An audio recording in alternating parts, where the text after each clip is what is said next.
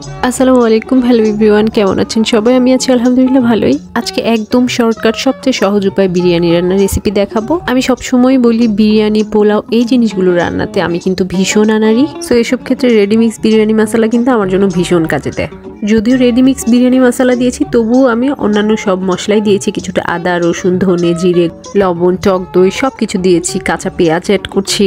এরপর খানিকটা বেরেস্তা দিয়ে খুব ভালো মতো একদম মেখে নেব। মেরিনেট করে রেখে দেবো প্রায় 1 ঘন্টা। এবার পোলাও চাল নিয়ে নিচ্ছি 1 কেজি। ভালো মতো ধুয়ে আমি কিন্তু দুধ দিয়ে একটু লবণ দিয়ে পোলাও চালগুলি প্রায় 90% কুক করে নেব। এবার মেইন রান্নায় চলে যাচ্ছি। হাঁড়িতে আমি আলু দিয়েছি আর কিছুটা লবণ দিয়েছি। এবার এগুলোকে ঠিক ততক্ষণ পর্যন্ত ভেজে নেব যতক্ষণ পর্যন্ত এগুলো প্রায় 80% কুক না হয়ে যায়।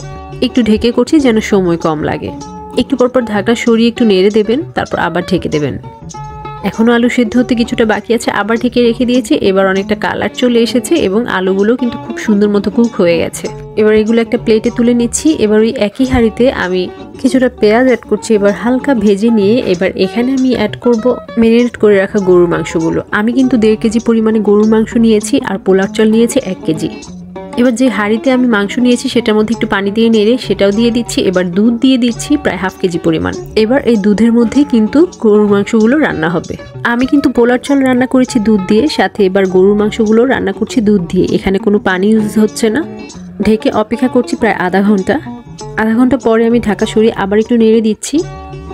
এবার আবার আমি ঢেকে অপেক্ষা করব আরও 20 মিনিট। মাংসের উপর কিন্তু তেলগুলো ভেসে এসেছে এবং অনেকটাই রান্না হয়ে গেছে।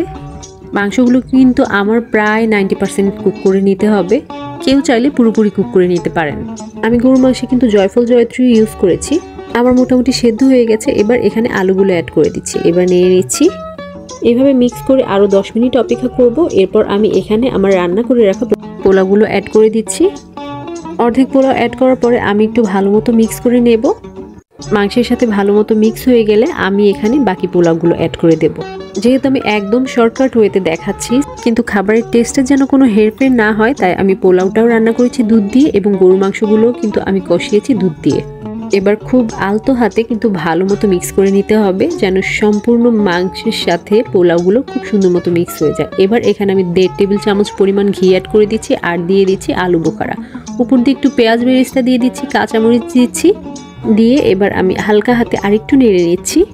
একটু সাবধানে করতে হবে যেন কোনোভাবে পোলাও চালগুলো একদম গলে না যায়। আমার মোটামুটি সব কিছু মিক্স করা হয়ে গেছে। এবার আমি ঢেকে অপেক্ষা করব 10 মিনিট। এরপর চুলার আঁচ নিভিয়ে অপেক্ষা করব আরও 10 মিনিট। সব মিলিয়ে প্রায় 20 মিনিট রান্না করার পরে আমার এই যে হয়ে গেছে। এবার আমি একটা বাটিতে তুলে নিচ্ছি। আমার আজকের বিরিয়ানি রান্না আপনাদের কাছে কেমন লাগলো জানাবেন। সবাই ভালো থাকবেন আর আনাড়ি রাঁধুনির সাথেই থাকবেন। আল্লাহ হাফেজ।